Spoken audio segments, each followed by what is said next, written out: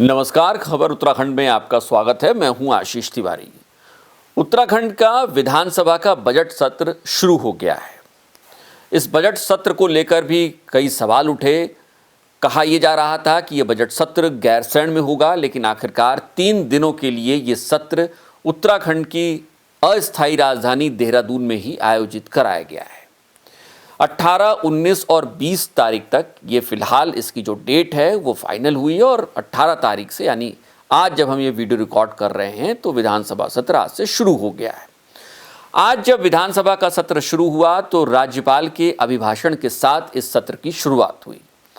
राज्यपाल ने अपना जो अभिभाषण दिया है उसमें उन्होंने अपनी सरकार यानी धामी सरकार की तमाम उपलब्धियां एक करके एक गिनाई हैं। हालांकि दिलचस्प ये है कि उसमें कई ऐसी चीज़ें थी जिनका जिक्र नहीं हुआ है, जिससे कहा जा सके कि सरकार ने इस एरिया में भी या इस क्षेत्र में भी बेहतर काम किया है। और ऐसा ही एक क्षेत्र था चार धाम का। फिलहाल राज्यपाल ने अपने अभिभाषण में बहुत सारी उपलब्धियों को गिनाया है और सरकार की तारीफ की है।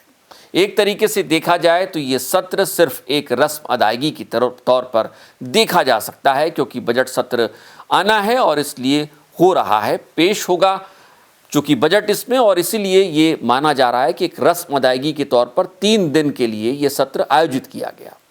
सत्र में बहुत सारी बातें होंगी या विधायक बहुत सारे अपने जो सवाल हैं वो लगा पाएंगे या उन पर चर्चा हो पाएगी या फिर जनता से जुड़े मसलों को लेकर सत्र में विधानसभा में कोई चर्चा हो पाएगी, कोई रूप रेखा बन पाएगी उन समस्याओं को दूर करने की, ऐसा लगता नहीं है।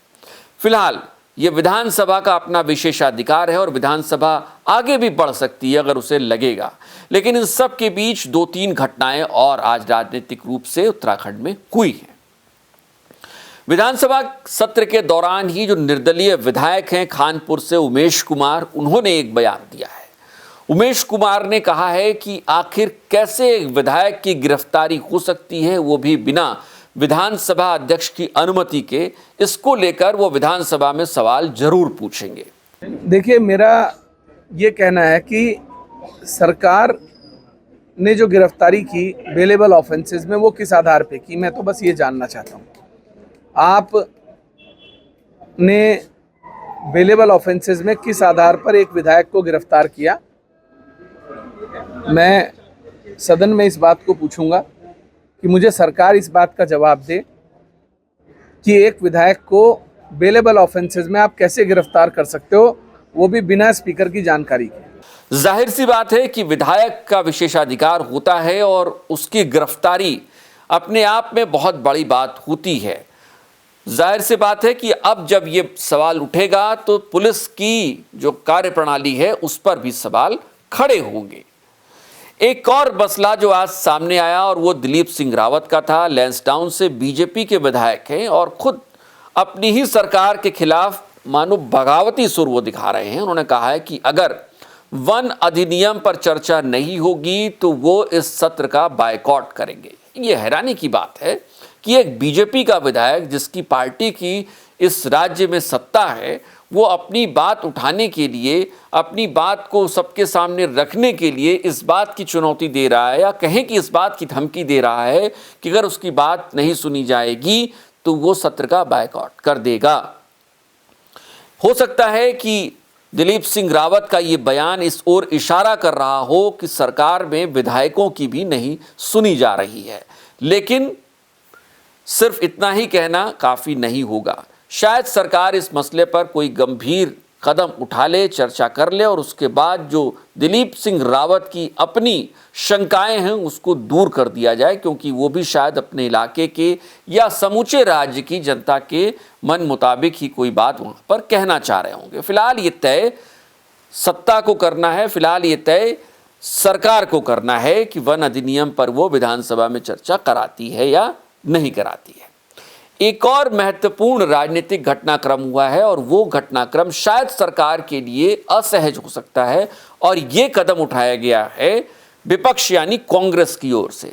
दरअसल जब से विधानसभा चुनाव के बाद से मुख्यमंत्री जब उस वक्त चुनाव में गए थे, उसके बाद मुख्यमंत्री पुष्कर सिंह धामी ने कहा था कि वो राज्य में यूसीसी लेकर आएंगे अगर उनकी सत्ता वापस आती है। और उसके बाद से जब से उन्होंने यूसीसी की को लागू करने, उसकी ड्राफ्ट के लिए कमेटी बनाने और फिर उसको लागू करने का ऐलान तक आया, पूरा ये जो घटनाक्रम था, तब तक यूसीसी को लेकर सरकार हमेशा फ्रंट फुट पर रही है। लेकिन पिछले कुछ वक्त से ऐसा है कि सरकार को कुछ मसलों पर जवाब देना थोड़ा भारी पड़ रहा है और उसमें दो ऐसे पॉइंट हैं जिसे कांग्रेस ने लपक लिया है। पहला पॉइंट है यूसीसी में लिव इन रिलेशनशिप के लिए। लिव इन रिलेशनशिप के लिए जो नियम बनाए गए हैं उसमें आप लिव इन रिलेशन में रह रहे हैं तो एक सामान्य पंजीकरण कराकर आपको ये बताना होता है कि आप लिव इन में रह रहे हैं। अब विपक्ष इस पूरे मसले पर इसे एक सामाजिक रूप से कुरीति के तौर पर साबित करने में लगा है और यह बताने की कोशिश में लगा है कि लिव इन रिलेशनशिप को सरकार एक मान्यता देने पर लगी हुई है और रजिस्ट्रेशन कराइए, लिव इन में रहिए। हालांकि इस पूरे मसले पर हाईकोर्ट में भी अब चर्चा हो रही है, लेकिन फिलहाल विपक्ष ने इस मसले पर सरकार को आड़े हाथों लेना शुरू कर दिया है। और एक और मसला है जिस पर विपक्ष सरकार पर दबाव बनाने की कोशिश कर रहा है और वो है 1 साल से राज्य में रह रहे लोगों को स्थायी निवासी मानने वाला जो नियम है। इस दोनों ही मसलों के अलावा कुछ और मसलों पर अब कांग्रेस ने एक सहमति पत्र निकालने का आज ऐलान किया है।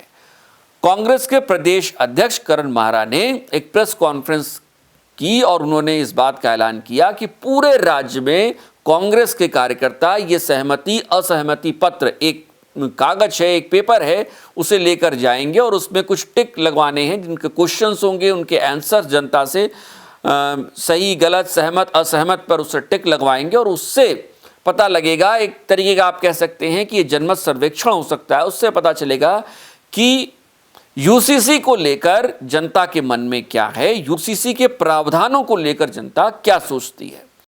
देखिए 20 तारीख को कांग्रेस पार्टी एक बड़ा प्रदर्शन देहरादून में करेगी। हम लोग विधानसभा का घेराव करेंगे, उस पर हम लिव इन रिलेशनशिप को लेकर सरकार को घेरेंगे और हम कोशिश करेंगे कि ये जनमत संग्रह जो हम करने जा रहे हैं इसके माध्यम से हम सरकार पर दबाव बनाएं और इस कानून को बदलने के लिए हम पूरी ताकत लगाएंगे।